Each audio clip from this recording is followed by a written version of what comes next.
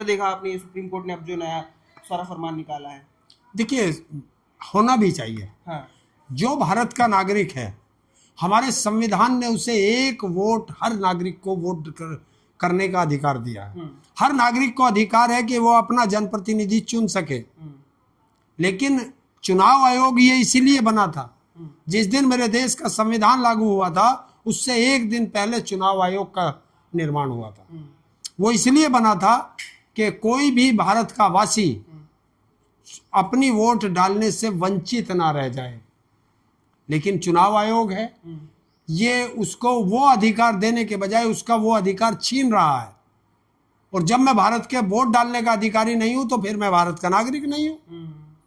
तो वो 65 लाख लोग जो अभी 6 महीने पहले वोट डाल के आए हैं, आज वो भारत के नागरिक नहीं रहे। सुप्रीम कोर्ट ने बोला था 15 लोग लेके आओ, लेकिन विपक्ष 15 से भी ज्यादा लोगों को लेके वहां पहुंच गया। उसके बाद बोला गया कि ये सारे के सारे लोग मतलब या तो मर गए हैं, इनका वोट क्यों कटा, सारी की सारी। अब चुनाव आयोग कुछ बोलने को तैयार नहीं है। लेकिन देखिए, जब मैं गलती करूंगा और मेरी गलती पकड़ी जाएगी तो मैं क्या बोलूंगा? लेकिन उन्होंने ये भी बोला क्योंकि जब चुनाव आयोग गुलाम आयोग बन चुका है, वो सरकार की गुलामी कर रहा है। नहीं तो ये तो संवैधानिक संस्था थी, निष्पक्ष संस्था थी। जिस तरीके से मेरे देश का सुप्रीम कोर्ट है, कस्टोडियन है ये हमारे संविधान का, उसी तरह चुनाव आयोग अपने चुनाव के लिए पूरी भारत की, पूरे इंडिया की सरकार उसके अंडर में आ जाती है चुनाव आयोग के दौरान।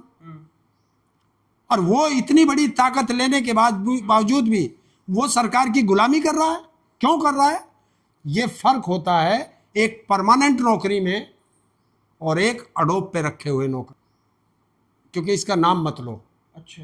हाँ, इसको कुछ दूसरा नाम दो कि जो मशीन है। बहुत लोगों ने इसका विरोध किया, देश में इसका विरोध उठा, और दुनिया का सबसे बड़ा टेक्नोलॉजी का जानकार एलन मस्क है, उसने भी कहा कि ये विश्वास के काबिल नहीं है। जितने भी विकासशील देश हैं, विकसित देश हैं, वो कोई भी इसका यूज नहीं करता। तो भारत क्यों कर रहा है? मशीन आई थी वोटिंग के लिए, सबसे पहला विरोध बीजेपी ने किया था इनका। आज इनके लिए प्यारी क्यों हो गई? और सबने कहा कि इसमें गड़बड़ है। एक मेरा दोस्त था, वो भी मानने को तैयार नहीं था। लेकिन कल जब सुप्रीम कोर्ट में वो पकड़ा गई चोरी, पूरे देश ने खुलेआम देखा। देश में पहली बार हुआ है ये, देश नहीं दुनिया में पहली बार इस तरीके से पकड़ा है। और भारत का तो ये पहला केस है। वो मेरे दोस्त ने अभी तक मुझे फोन नहीं किया। मैं भी पूछना चाहता था, आप इतने कॉन्फिडेंस थे और हम लोग कहते थे इन मशीनों में गड़बड़ है, तो वो इस तरीके से गड़बड़ होती है, वो पकड़ी गई। और आपने वहां भी देखा होगा चंडीगढ़ में किस तरीके से वो एक सरेआम लूट हो रही थी, डकैती पड़ रही थी वोटों पे। देखिए, सुप्रीम कोर्ट ने अधूरा फैसला दिया। मशीनों पर भी अधूरा फैसला दिया और चंडीगढ़ पे भी अधूरा फैसला दिया। ये फैसला सही दिया कि जो जीतने वाला कैंडिडेट था उसे विजयी घोषित किया गया, ये फैसला सही है। लेकिन जो चोरी करने वाले थे, जिन्होंने ये लूट की है, उनकी अकाउंटेबिलिटी तय क्यों नहीं की? क्यों नहीं उस गिनती करने वाले को, उसके ऊपर बैठे अधिकारी को, उसके चुनाव आयोग अधिकारी जो डीएम है और प्रदेश स्तर तक ये बात जाती है, उनको सजा क्यों नहीं दी? अगर उनको सजा दे देते तो एक नजीर पेश हो जाती और दूसरा अधिकारी या कर्मचारी ऐसी गलती करने से पहले 100 बार सोचता। ऐसी सजा उनको होनी थी। लेकिन जब चंडीगढ़ में नहीं दी गई तो इन्होंने कहा कि अधिकारियों को कोई सजा नहीं होगी, तो इन्होंने अपना वो काम फिर। अनुराग ठाकुर कह रहे हैं अखिलेश हो, प्रियंका हो या फिर राहुल गांधी हो, इनकी सीट पे भी 1 लाख 1.5 लाख वोट फर्जी है। ये भी मतलब जेन्युइन नहीं है, ये भी फर्जी वोटों से। देखिए, कल परसों अनुराग ठाकुर ने जो ये डाटा पेश किया, राहुल गांधी को एक लोकसभा की एक विधानसभा में पूरा डाटा इकट्ठा करने में 6 महीने लगे, जो राहुल गांधी ने बताया। और अनुराग ठाकुर को 6 लोकसभा सीटों की पूरा डाटा निकालने में 4 या 5 दिन लगे। तो जो राहुल गांधी ने कहा, अनुराग ठाकुर ने वो साबित कर दिया कि इलेक्ट्रॉनिक डिजिटल वोटर लिस्ट सरकार इसके पास है, बीजेपी के। तो फिर विपक्ष को क्यों नहीं दे पा रहे? दो विपक्ष को। और ये तो साबित कर दिया कि वोट फर्जी वोटर देश में है, तो चुनाव आयोग फर्जी वोटिंग करा रहा है।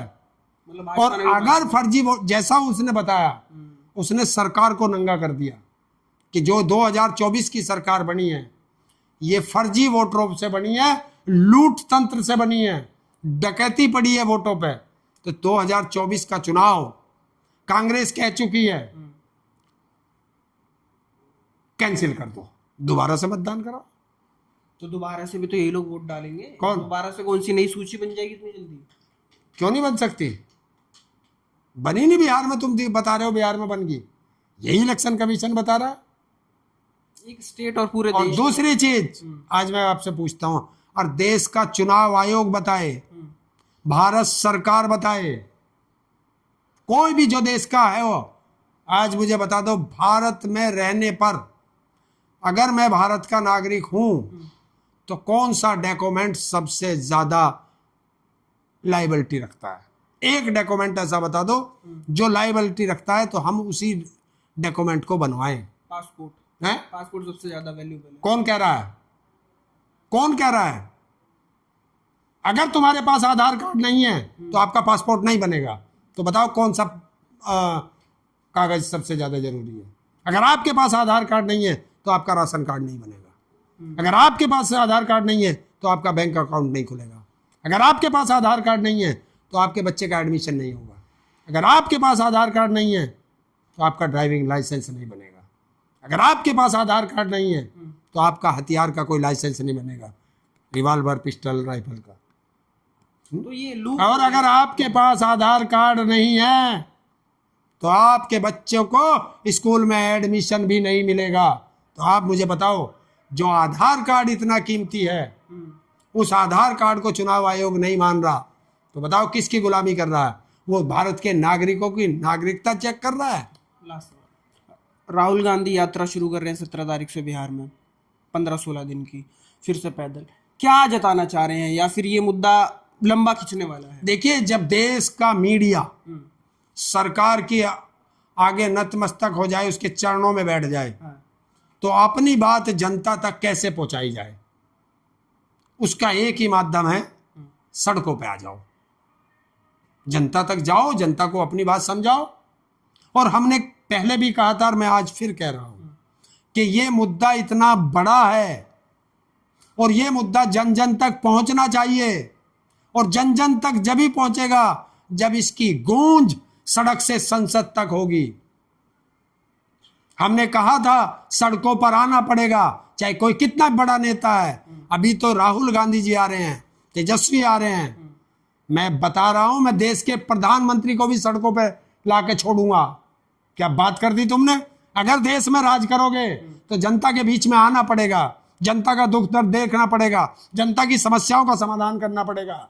आज देश की आजादी के सामने, और मैं देश के लोगों से आज शपथ लेना चाहता हूं, और मैं भी एक शपथ लेता हूं कि आज मैं शपथ लेता हूं कि जो ये वोटों की डकैती हुई है, जो मेरे संविधान को कुचलने की कोशिश की जा रही है, मेरे लोकतंत्र को खत्म करने की कोशिश की जा रही है, जब तक जान है, ये लोकतंत्र की लूट और संविधान को बचाने की, आरक्षण को बचाने की, हम लोगों को घर घर तक पहुंचाना पड़ेगा।